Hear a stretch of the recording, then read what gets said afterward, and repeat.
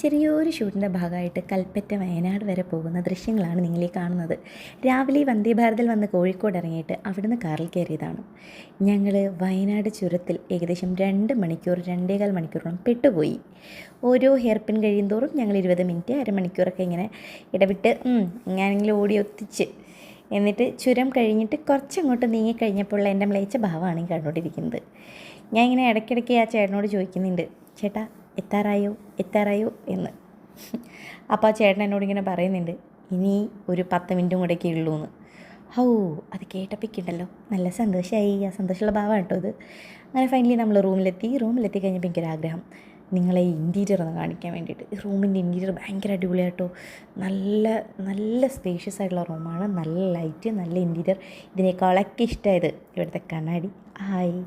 ഞാൻ ഇങ്ങനെ വീട് വയ്ക്കുമ്പോഴത്തേക്കും എൻ്റെ റൂം എടുക്കുമ്പോൾ ഇങ്ങനെയൊക്കെ ആക്കി വെക്കണം എന്നൊക്കെ വിചാരിക്കും. ഞാൻ ഓരോ റൂമിലെത്തുമ്പോഴും ഞാൻ ഇങ്ങനെയൊക്കെയാണ് വിചാരിക്കൽ. അപ്പോൾ എന്തായാലും ഫൈനലി കുറച്ച് നേരം കിടന്ന് ഉറങ്ങാം. എനിക്ക് നാളെ ഷൂട്ടുള്ളൂ. Okay bye.